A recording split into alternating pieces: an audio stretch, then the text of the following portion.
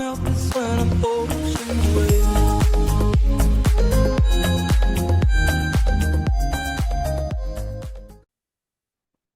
Today on Virginia Legends podcast, I have Coach Bill Pope, who's been head coach at Northside High School in Roanoke for 36 years, has a gym named after him there. Coach, thanks for joining me. I've admired you from afar from quite a long time. Well, thank you for having me. It's quite an honor. Oh, great. Good. Nice for saying that. So, Coach, I understand you're from Northern Virginia. I believe you're from Falls Church High School? No, you're close. My wife went to Falls Church High School. She went to Jeff Stewart, Okay. what was now Justice. And then I went to Mount Vernon High School. Okay, you went to Mt Vernon High School, and then you played basketball at Bridgewater. I believe you played with a beard. From what I read on the internet, and usually you can believe what you read on the internet, right? Did you have a beard when you played? 1 year I did. Okay. Yes, okay. I did. All right. Well, then you ended up in Roanoke. You had a chance. You thought about the Fort Hunt job, which we need to talk about, and you ended up going down to Roanoke, and I think in '85 or '86 became the head coach. Been to the state tournament a few times. I know I saw you with Walt Derry in early '90s, but I believe you ended up winning that state title in 2019. Which is I'm sure a great accomplishment. Recently had the gym named after you, Coach. Just an amazing record there. Well, thank you. Yes, I never grew up in Northern Virginia, and you mentioned Fort Hunt High School, and it was right down the road from Mount Vernon, and it was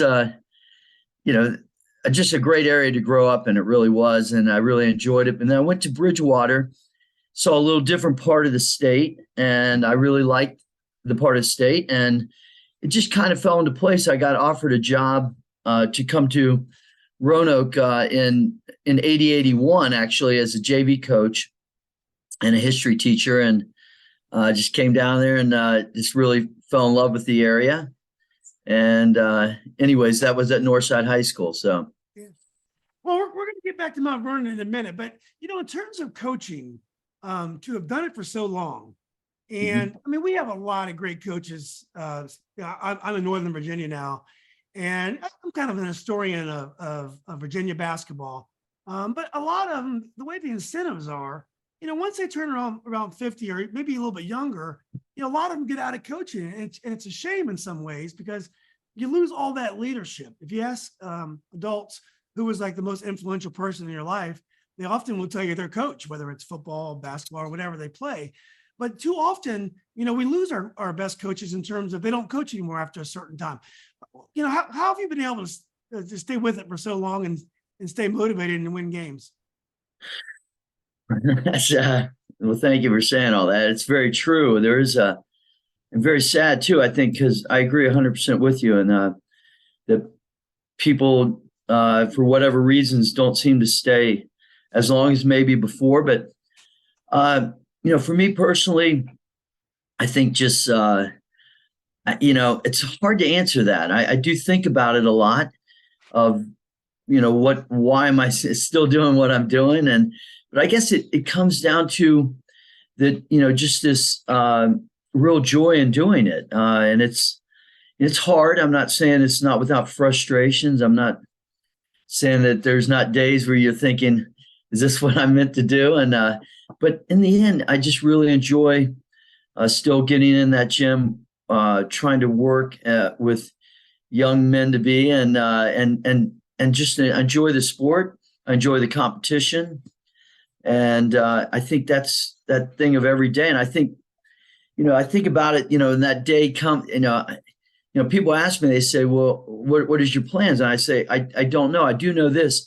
If I walked into the gym, like, when we have an early practice or something on a Saturday, or days where we're off out of school, like right now, and I don't really want to go there, I'll know that I definitely shouldn't be doing it any longer. But right now, I still like getting in there. I like getting in there early.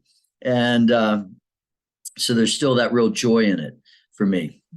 What are some of the ways the job has changed over the last, almost 40 years? I mean, we got the internet now.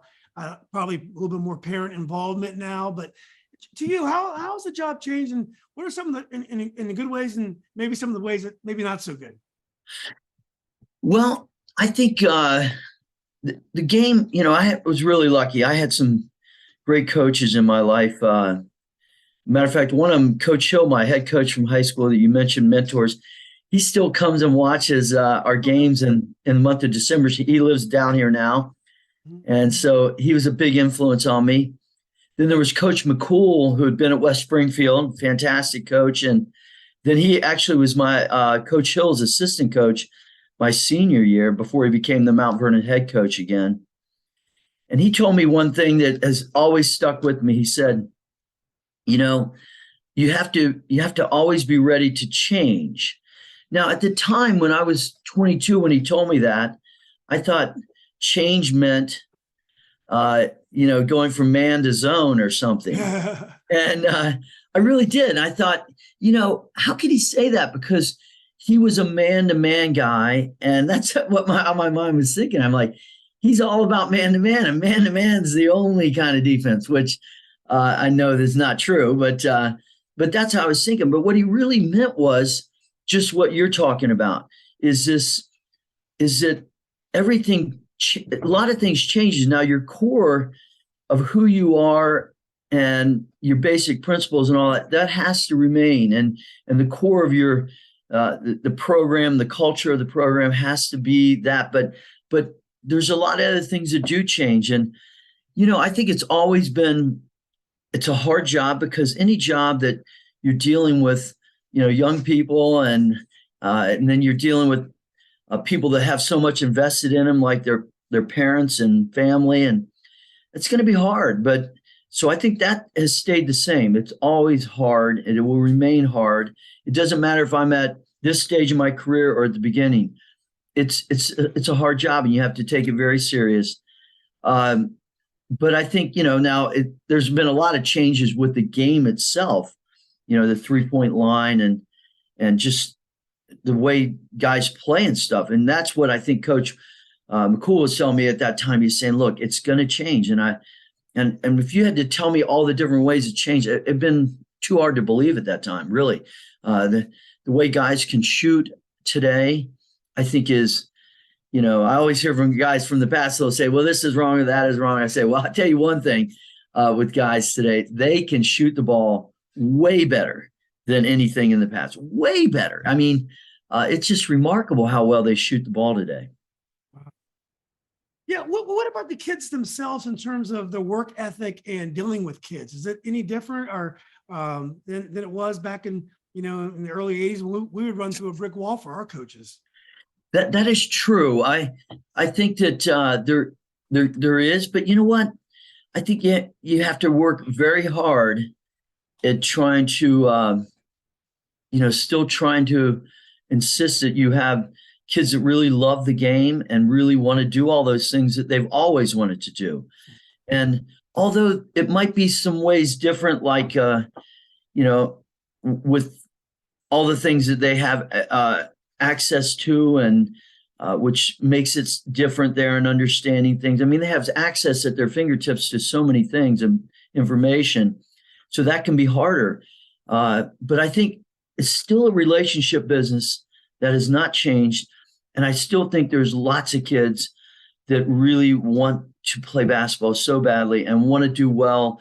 And maybe with all the things in all the voices, and I mean voices meaning not just real voices, but voices through technology and stuff, it makes it harder. But I still think in the end, what I'm looking for is those guys that just really love the game, want to get there early. And fortunately, I've been very fortunate that I have continued to get many of those young men that want that. And so I do know that there's many other voices out there, and that does make it tougher on us as coaches.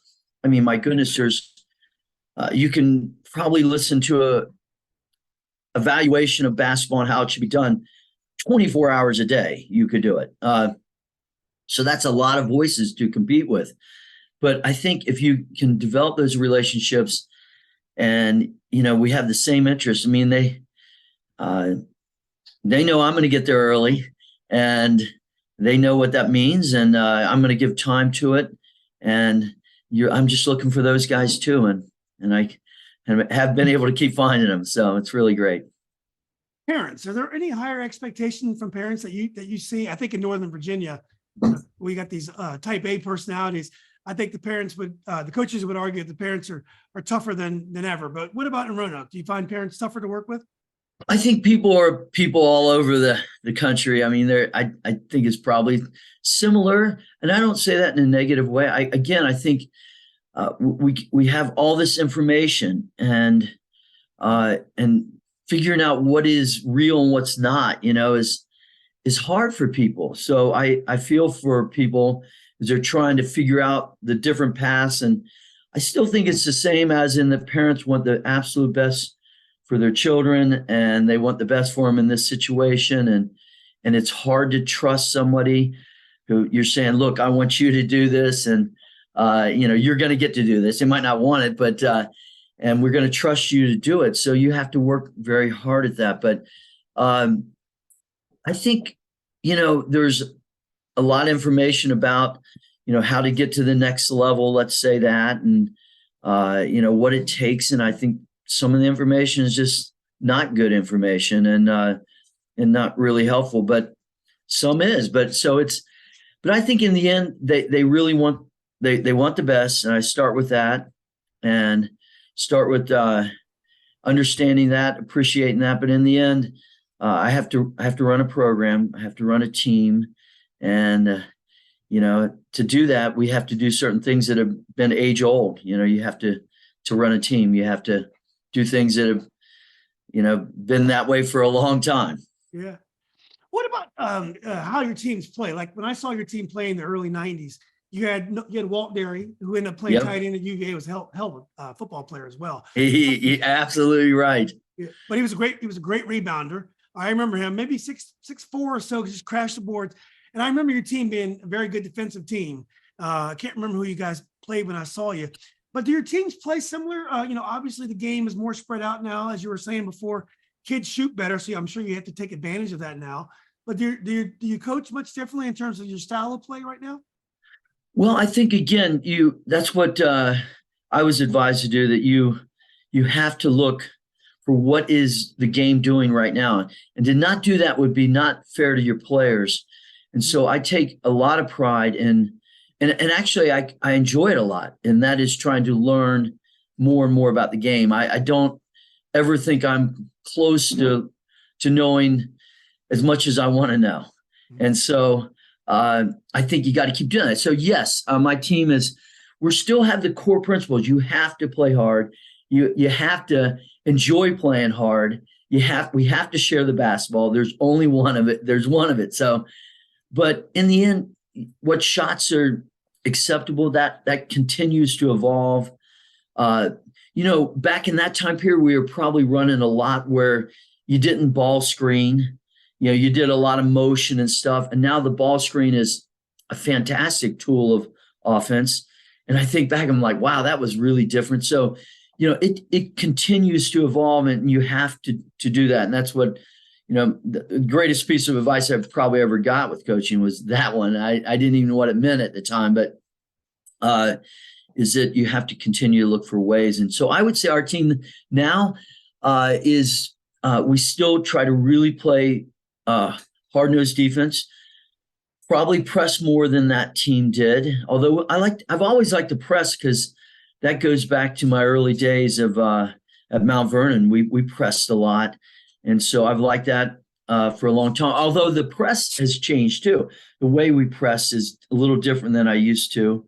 How's it changed? How's press? Well, I'd say the big thing is probably we were probably a little more programmed on how we pressed, where we wanted certain things out of it. Now I like to press where I like to teach them what I want and how I want the ball pressured and how we're going to be in certain positions. But I'm going to let them do a lot of decisions of reading themselves on when the traps come. And then to me, now all of a sudden, when people say, well, how do you know when they're going to trap? I go, I don't know when they're going to trap.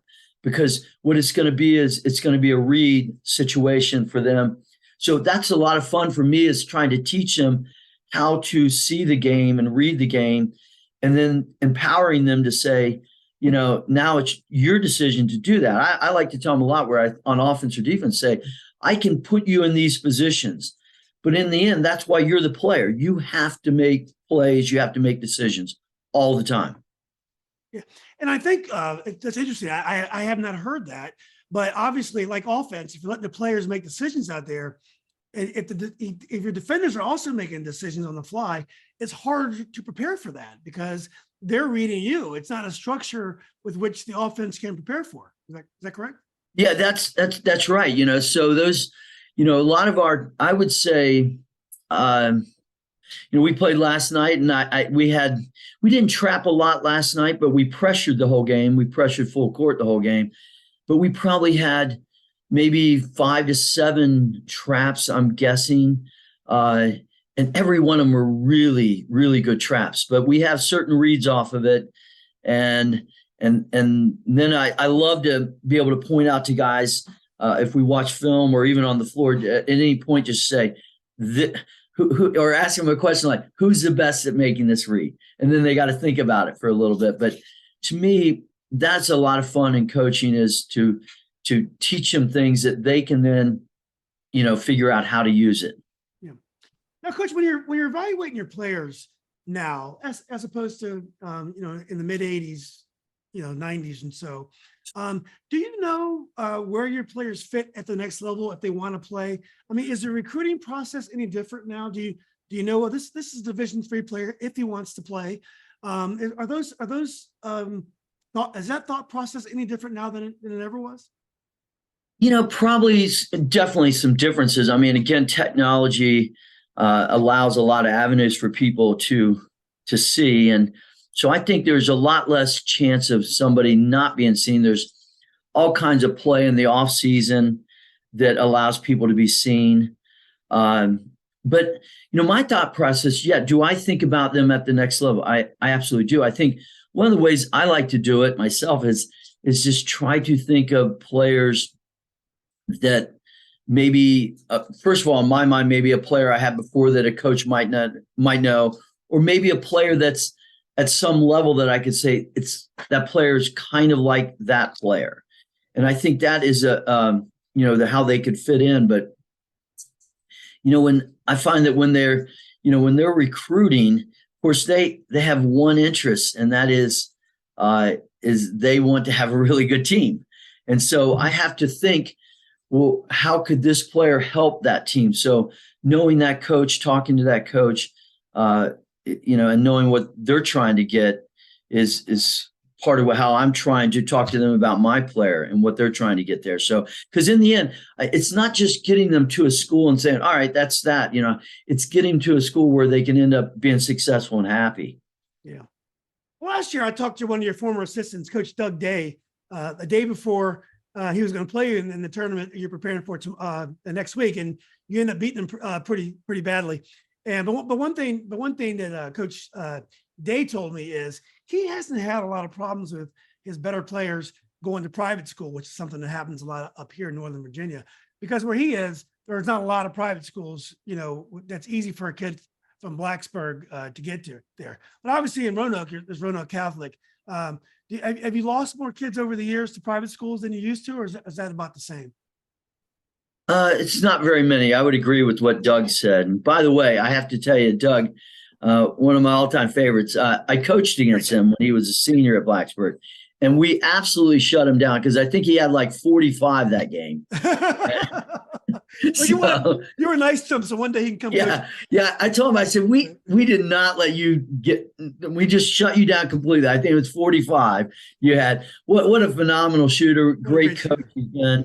And so anyways, we played him last year. Now, in fairness to him, last year he was down a couple guys there. I mean, he had a really good team, and we were expecting a much harder game, but it ended up, I forget exactly why, but I know he was down a couple players, and then we played really well. So, yeah.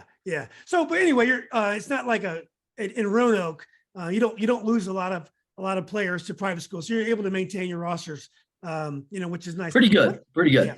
So what about, I know Northside at one point was a AAA school and it became a AA school, because I know the girls team went to the state tournament in 84, 85. I think my high school played them, but they went to AA, and now you have 6 classifications, and I believe you guys are 3 or 4.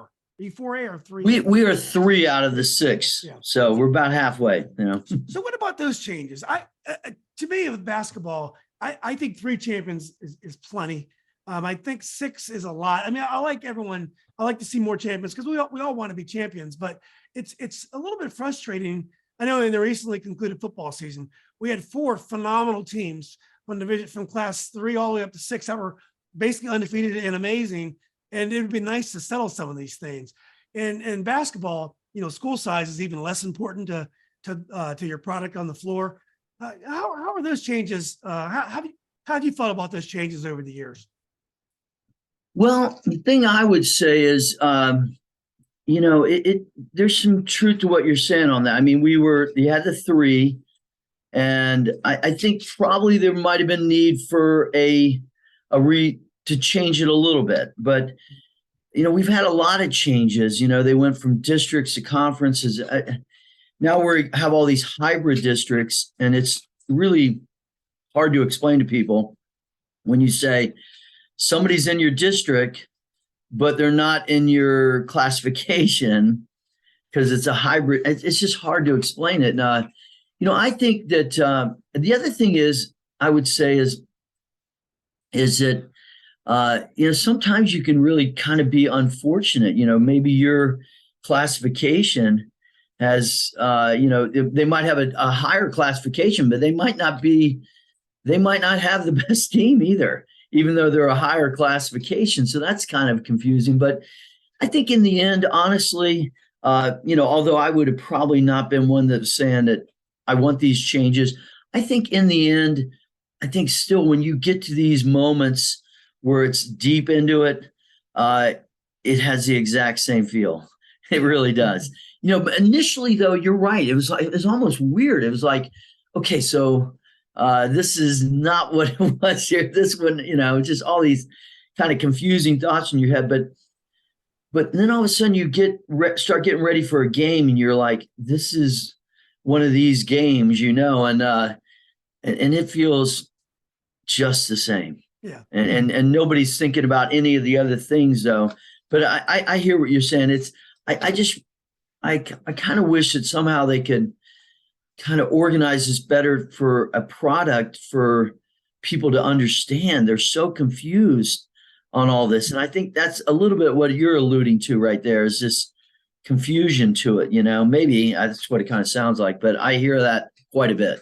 Yeah, that's confusing. But also, like, for example, last year, to have John Marshall just destroy teams by 40 points in class 2, right, and then have Cave Spring was a very, very good team in class 3. And I mean, they're worthy champions, and I'm sure they felt good about it, but you felt like they could have been playing some of the other teams down at the state tournament. So it's just a little confusing, but what can you do?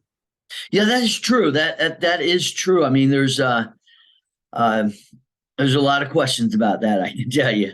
It's and maybe if they did something there, maybe I think a lot of people initially thought they're going to go to like 4, and maybe they even did at one point. I can't quite remember there when they went from 3 to 4, and then all of a sudden it was just, we're going to go to 6. It was, and then we're going to have these different districts. So there is some moments where it's just hard to explain to people. It really is. So I think that's part of it. I wish they would have had something where it's kind of an easy layout to this whole thing. It doesn't seem like it needs to be this complicated.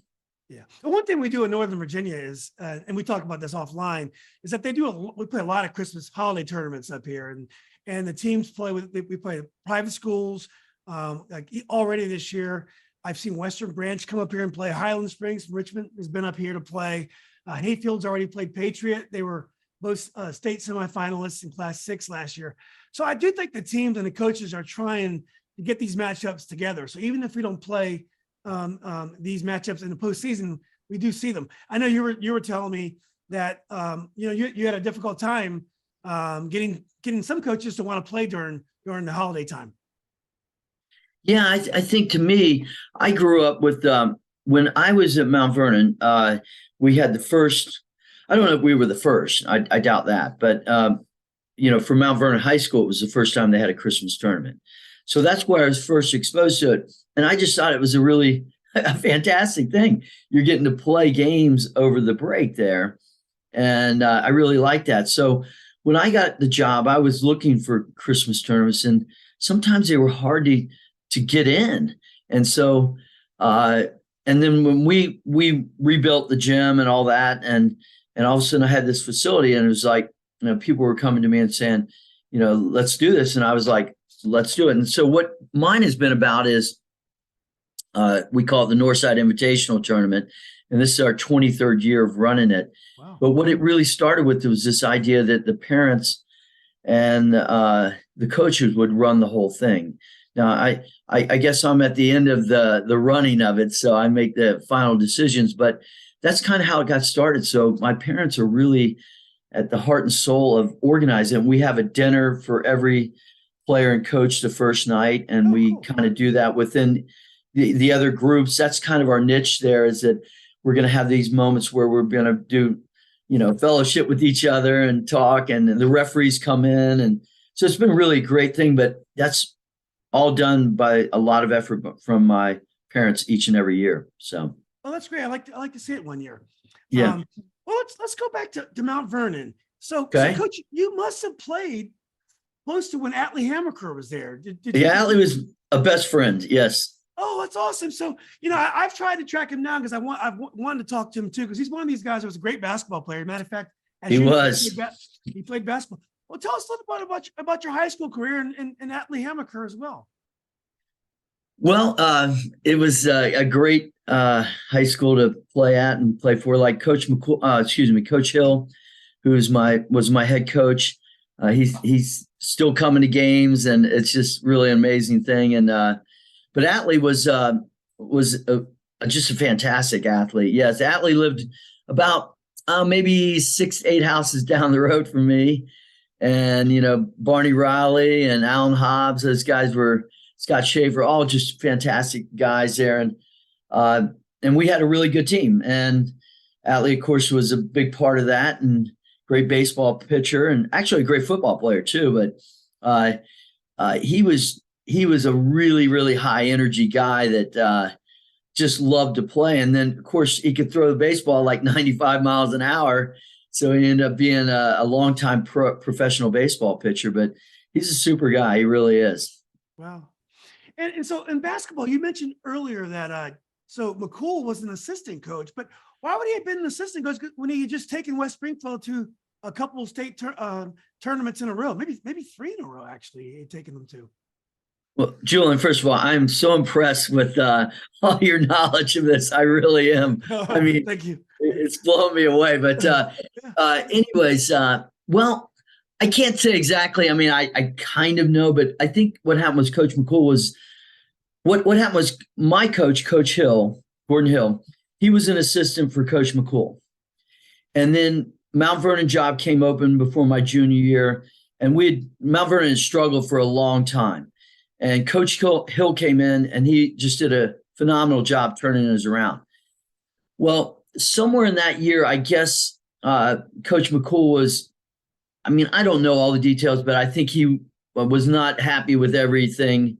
And so he, at West Springfield, is my understanding. I could be wrong. And so what happened was he came over as a math teacher at Mount Vernon, and then Coach Hill talked him into becoming his assistant.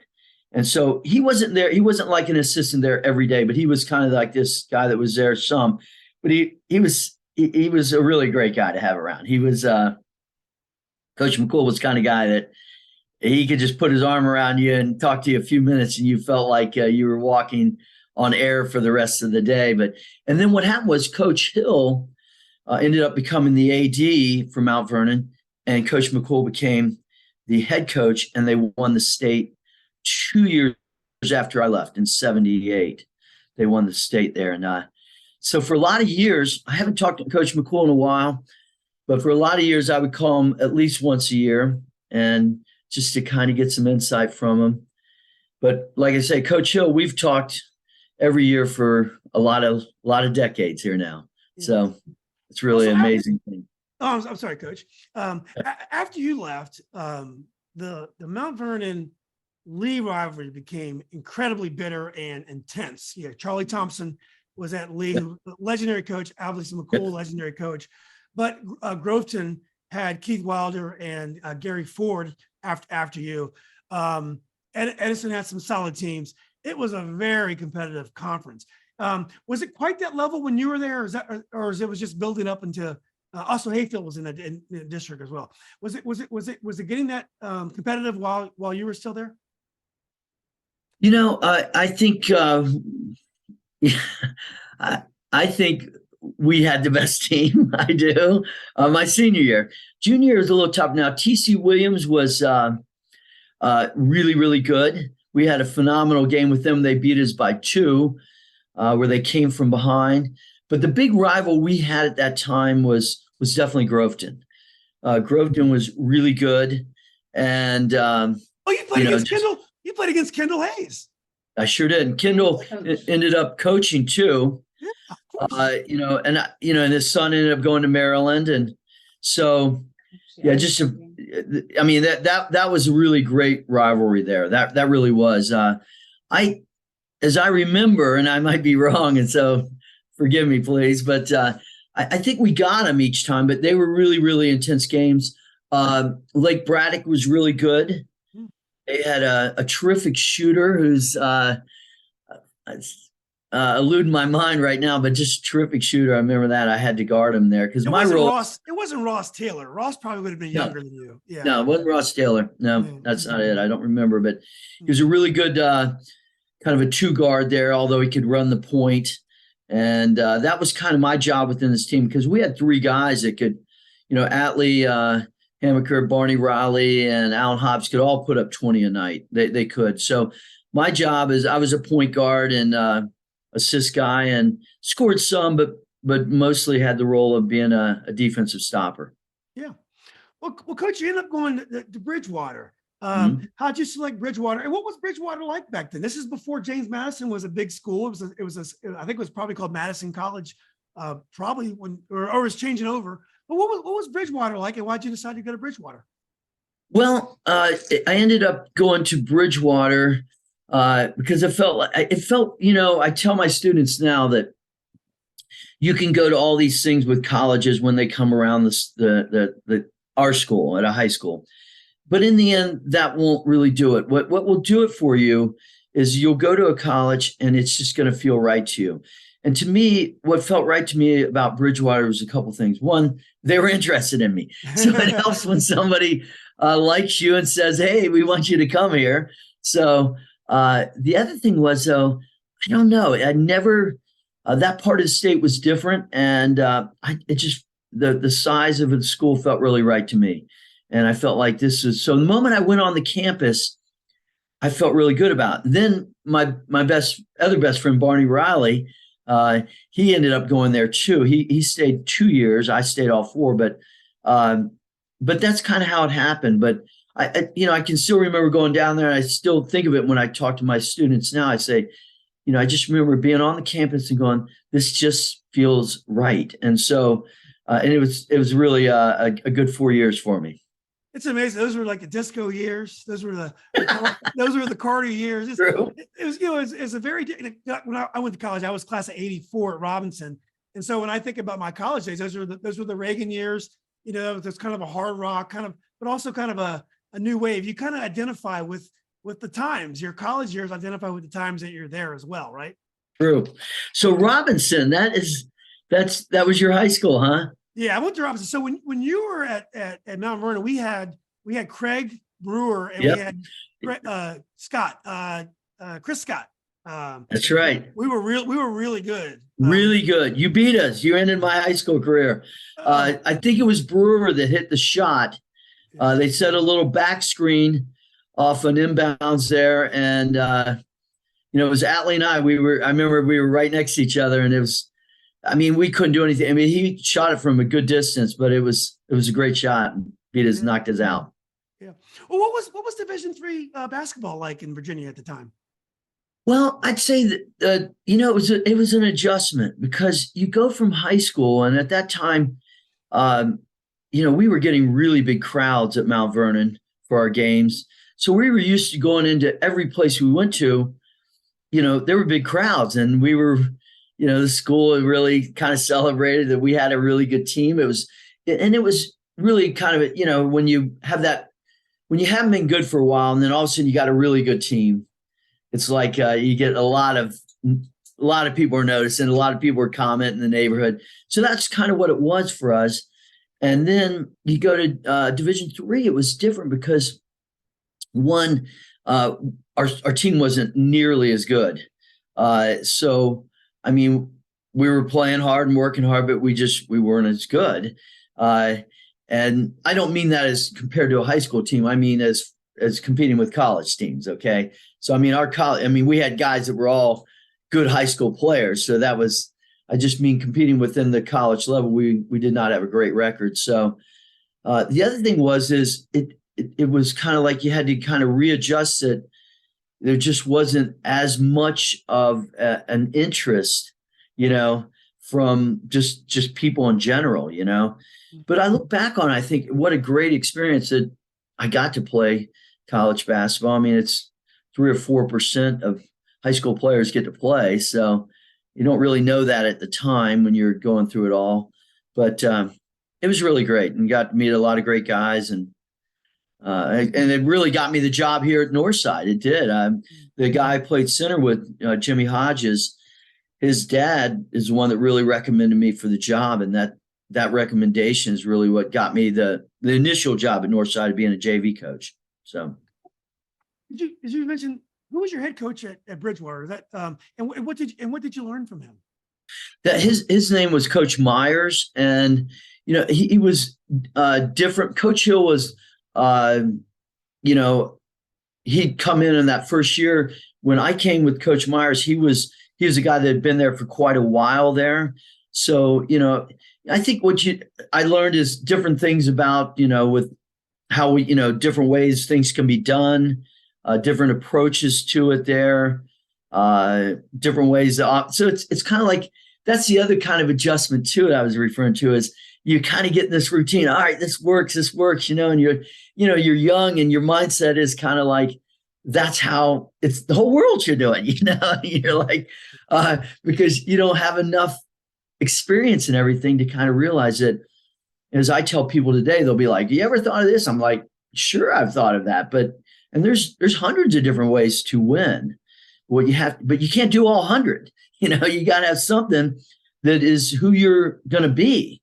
And otherwise you got kids just kind of going every which direction. And so I think that was a great learning as I look back on it too. At the time, you're kind of like, why can't you just do it just like my high school coach does it, but then you realize, hey, this is really good. This, especially as you go through each year, you learn this is a different way to go about it, a new learning experience with it. So we played some very good teams too. We were in the ODAC.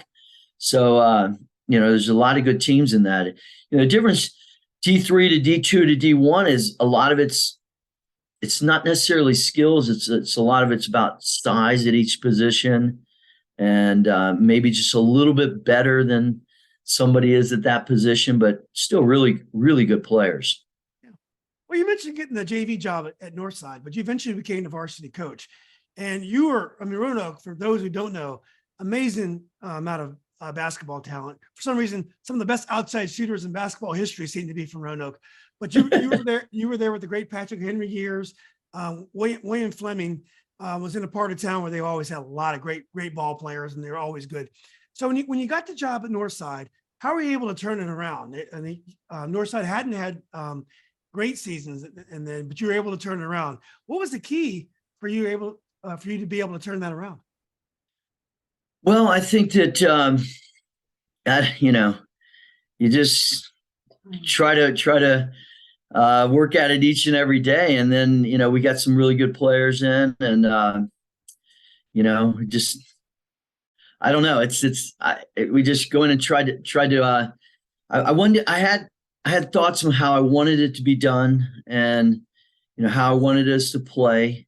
I really believe that that defense is mostly about how you approach it. I mean, some people look at it like, well, if you're not quick enough or whatever, you have to do this type of defense. But I was pretty hardcore committed that we were going to try to make defense our cornerstone. And that was a lot due to my upbringing there in high school and stuff. And I thought, we had to, make that commitment there. And then of course the great thing is you get, it's amazing how much one or two people can really make a difference, and on how it starts to look. One guy can be this big influence that helps another guy out to be better, and then it's kind of like a chain reaction. So I don't know if there's anything.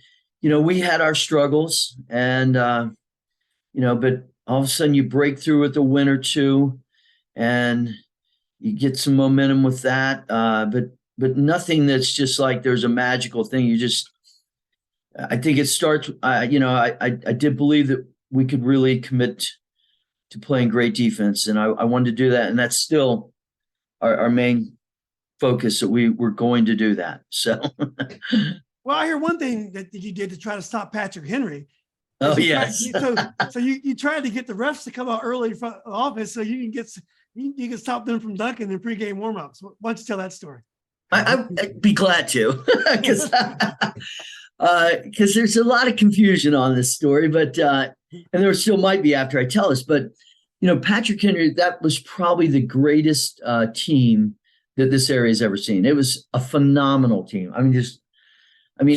Their fifth best starter was going to be the player of the year in the ODAC 3 years in a row. Russell Turner, coaching. I think he was in the pros, but he's at least D1 now coaching. But just a phenomenal team, huge team.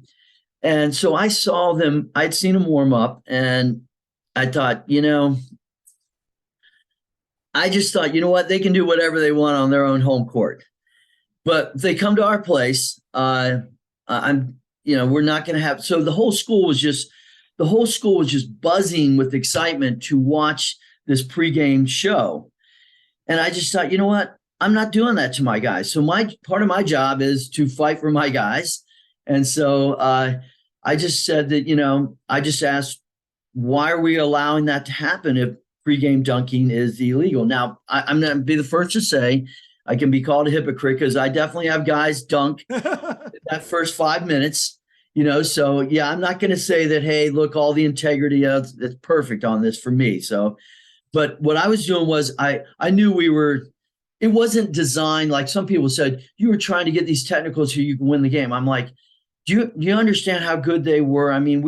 If we were going to be within 30, would have probably been a victory, but because we were not a great team either. That's the other part of it. We were a young team that we're trying to build. So I said to the refs, I said, I don't get why you guys don't come up at the 20-minute mark, and just put an end to that. Because it was phenomenal. It really was, I have to say. But so he said, well, if you put the clock at 15, we'll do it. So I said, all right, it's at 15. And so I didn't really look at it like I wanted technicals. I really didn't. I just didn't want them to do that on our home court. And so I just thought, you know what, I'm going to do it. And so I said, we'll put the 15 up. I like Woody Dean's great coach. I love the guy. And, but he was pretty mad at me. And so I was like, well, you didn't have to do that either, And so he goes, he was telling me, and he probably had some really good points that, look, it's, whatever. I was like, one thing you just dunking, but this was really just over the top. On the show of it. So we got the technicals to start. I think we missed about half of them.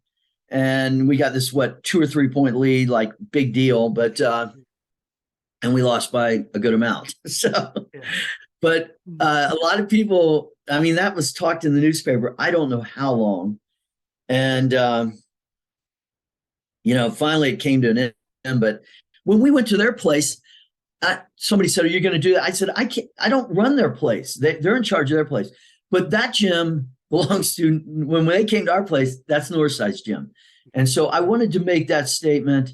It wasn't a statement. It wasn't a ploy to somehow we're now going to win the game. I mean, I wanted to win the game, and I was coaching that way. But did I really think that? No, I definitely did not think that. So that's the story. Yeah, What? that was before the new gym, so that wasn't technically Bill Pope gym yet, but yeah, No, it wasn't. nowadays it'd be your gym. Well, so speaking of great coaches, you had a great rivalry with the present coach of James Madison, Coach Byington, and you guys had 1 year, I think he played for Salem, and you guys played, I think 5 or 6 times that season. Talk a little bit about that season. Yeah, that's another topic there that it's a good one. I love talking about it. I mean, I don't like to tell exactly all of it, but anyway, no, I will tell you.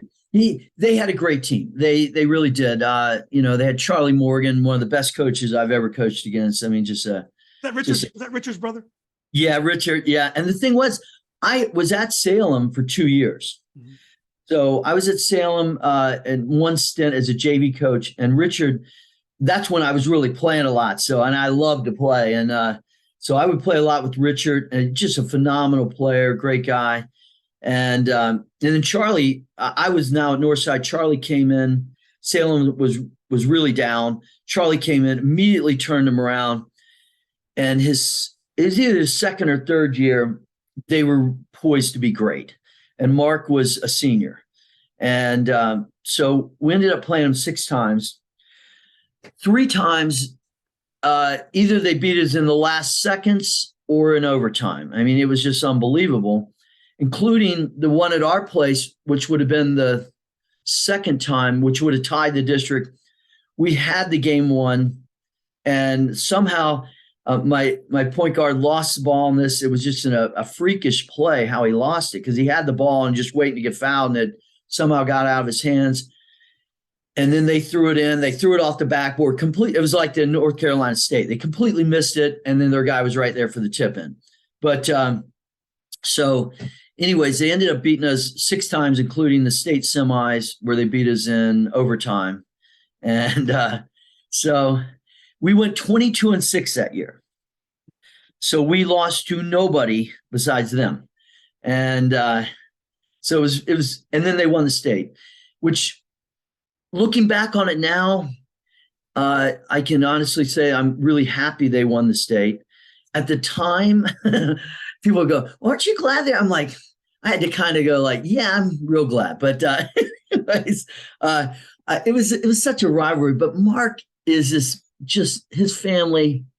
I coached his older brother when I was at Salem, Chris. They're just a wonderful family. The Morgans are great people, and so I look back on now, and I'm just so proud I was a part of that whole thing. I really am. It was a golden age for just interest in high school basketball. And I love that I was a part of it. I hate that we lost 6 times. People ask me this question. Here's my favorite one. I got it down really too.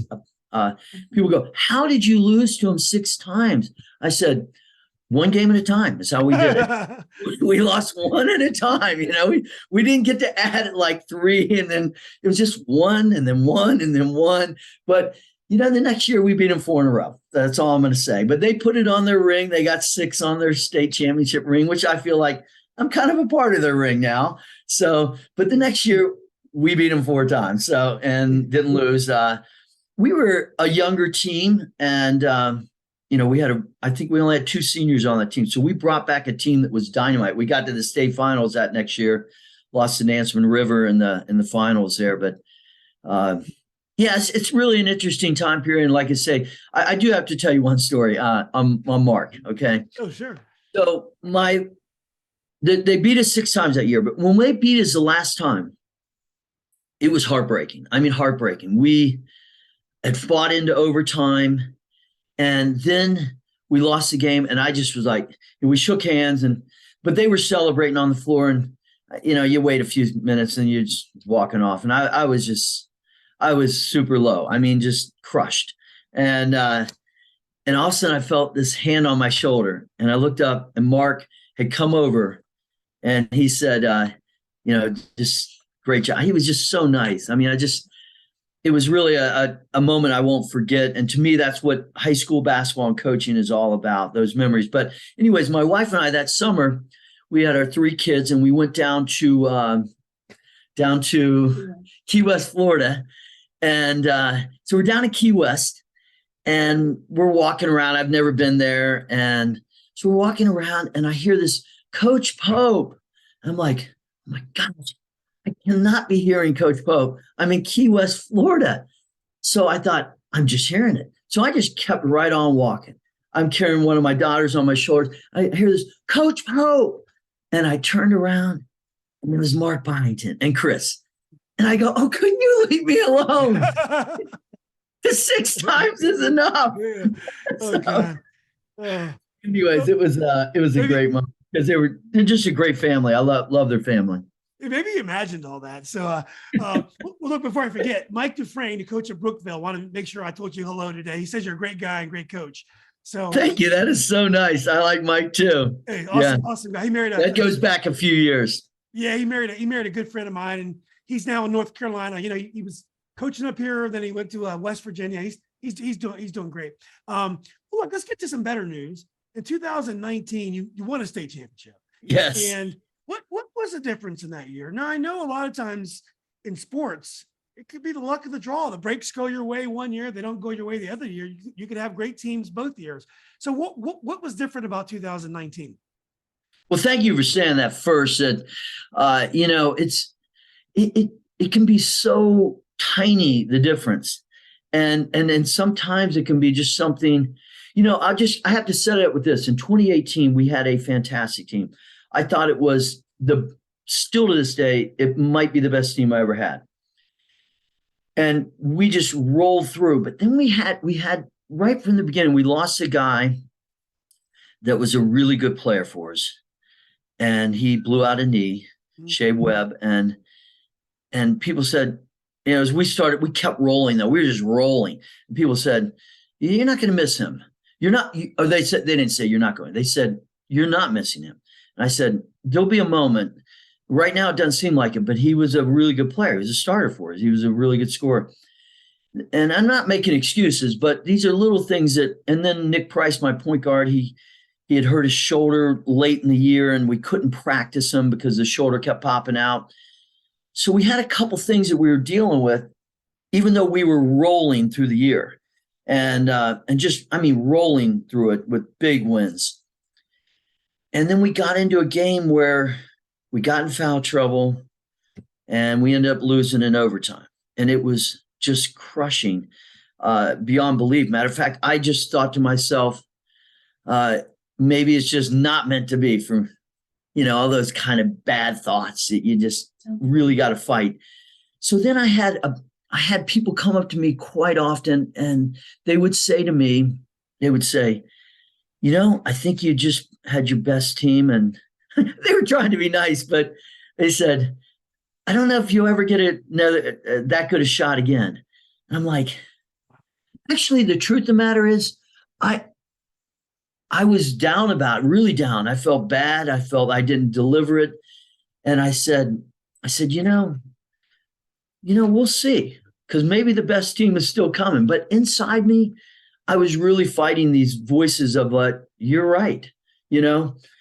But I had really great people around me. I have to say, my assistant that I had with me for all but this year. This is year 37 for me, and he was with me for 36 years. And then last year he retired. Now he's helping me kind of on the side. His name's Ed Colacerto. And he came up to me one day and he just gave me a talk, and he really said how we're going to get this thing. And he did it in such a way that I just remember thinking, it was in the summer. Of course, I'm going through all the stuff, but we had a really good team coming back, but not near as deep. And I mean, it was a much thinner margin of error. And we started out with kind of shaky, and we were winning, but much shakier than the year before. So there were no real signs of summer, no signs of, wow, this was going to be the year. It looked like, hey, yeah, we're going to be real good, no question. But then I don't know. It's just things started to get better and better. And then we had some guys really really step up with some fantastic plays. So all of a sudden we're in that position again. I mean, we've been in the state finals. We've been there before, and that would have been, I guess, the 5th time they've been there. And so been in the state final for, I don't know how many times. I think last year was 13 or 14th time we've been in the state tournament. And but going into it, we tried to look at every way we could give this team everything they needed. And but in the end, it was really close. And to sit here and say, this or that, it was really close. And the bottom line, Phoebus could have, if they would have won, they would have deserved it just as much as us. So that is the truth of it. But we had a couple things, and we got a foul at the end, which was a foul. But still, you never know. Tie score, we run the clock down, and we get fouled. And then a guy who, of all people, Casey Draper, a guy that stayed after every single practice working on foul shots. And the next thing he knows, he drains them both. And, we had a guy, Julian Wooden, who's playing at JMU, and he's just, he played huge in the state tournament all throughout it. So I don't know. I mean, they were both there the year before, but 1 year older, one more year of seeing it. Jalen Jackson, the senior for me, Jordan Wooden. These guys just were fantastic guys for us. So, well, Coach, you deserved it and you earned it. Well, thank you. Yeah, I'm really glad you got it. Well, look, this has been great, Coach. Why don't you talk a little bit about your team this year, and maybe preview the NIT for us next week. I'll put this on social media so folks can see this, and then maybe preview your prospects for the rest of the season. Well, thank you for that opportunity. This has been a really good start for us this year. We have we're 5-0 right now, so haven't had a lot of games yet. So, but we have been tested, and the tests have been pretty good so far. But we know there's a long, long way to go. So next for us is so this year's team, though, very, very fast, very quick, play very unselfish, have a lot of assists. So they're a very fun team to watch because we have some depth on the bench where guys that come off. I mean, last night we had 36 points off the bench, which is a phenomenal number in a high school game. Yeah. So we have some youth, some sophomores that are really play instrumental roles for us, but and then we have some leadership seniors for us. So it's, I think, a pretty good combo. So I've been really excited about this team. I like how much they enjoy working hard and being coached. I mean, in the end, I think one of the most frustrating things is when you're trying to help somebody and they're fighting you on it. You're like, I'm trying to help you, but for whatever reason. But I feel really good, this good connection with these guys and wanting to do well and wanting to be helped. So we got our NIT next year. This is next week, Wednesday, Thursday, and Friday, 28th, 29th, and 30th, 8 teams. And we are excited about that. And we've won it 7 years in a row. Oh, wow. Somebody said, well, you've won it every year. I go, well, this is year 23 and we've won it 9. So we haven't won it every year. We've had some good teams in there, but we have been on a roll here lately and we're hoping to continue that. But it'll be interesting there. We got Abington comes in with the 7-footer. And then we have Liberty Christian Academy, which is one of these private schools you were mentioning there. They're private public. They're now in the public district there. But is that the case? Most Northern Virginia ones, they've gone public? I think Liberty Christian might be the only one in Virginia that's petitioned to play in the VHSL. Is that right? They're the only one. I believe so. Yeah. There's not much interest, and generally because there's a lot of sports where the private schools can't compete because they don't have the numbers. So, Liberty's the only one to want it in because maybe with their budget and their facilities, they can really compete. So a lot of those private schools, and I guess are basketball wise, they probably can, but then they got football and all the others. Yeah, football they would struggle, but with Paul VI, and they have at least 10 Division I players this year, at least 8. I mean, and O'Connell's probably 4 or 5 Division I players, and Flint Hill's got a couple. I mean, basketball wise, they're stacked. But it's been great, Coach. This year, O'Connell just barely beat Madison, a solid public school team. Alexandria City, a public school team, beat Bishop Ireton, a very nice private school team. So the public school teams are really catching momentum. And the Hayfield team was undefeated last year, won state. They can probably beat almost anyone in the city right now. That includes DC. So we're having a really up period for Northern Virginia public school basketball. I love to hear that. That is fantastic to hear. Yeah. So we got some really good teams in it. Roanoke Catholic is in it. Auburn is in it, who won the state last year, and so we got some good teams in it. And one of the other things we like to do with this tournament is we have 8 teams in our JV division. Oh, cool. So we have games from 9 a.m. till about 10 at night. So for 3 days, I'm probably in the gym, and I'm not exaggerating, probably 14 hours straight each day there. Yeah. And so, but it's really great. I think it's been one of the highlights of my career is this tournament, and just talking to people, being around people that really love high school basketball. So, and the parents, and just having this opportunity to work on together with them on this to make this thing happen there for their children there. So it should be on the National Federation high school site each game. I know ours is, but I assume that everybody else has probably put it in their schedule there to watch. So, but yeah, it's just an exciting team right now. It really is. They're an energizing team. They got really good energy. It's you can have energy where you're kind of mad about a lot of things and you get all fired up, but that kind of is to me is it burns really fast. It's like it's there and then it's done, and then it's kind of like flatlining. But the energy, I think I feel a lot with this team is really good energy. It stays at a pretty good level all the time. So I'm really happy about that. Yeah. Well, Coach, good luck in the tournament and also the rest of the season. There's guys like Red Jenkins, yes, Bill Littlepage, yes, Brian Metris, George Lancaster. These guys who are still coaching at I think Bluestone. These guys like George is. Yeah, George. He's still coaching. I believe he's still coaching at Bluestone. Oh my gosh, yes. That's fantastic. I believe so. Guys coaches like you and these guys. You guys spend so much time with these kids, and you develop so many great young men, and on the women's side, great young women as well. You're a tribute to your profession. I'm so glad, guys, like you stay with it. It means so much to the game and all the history you guys keep with you.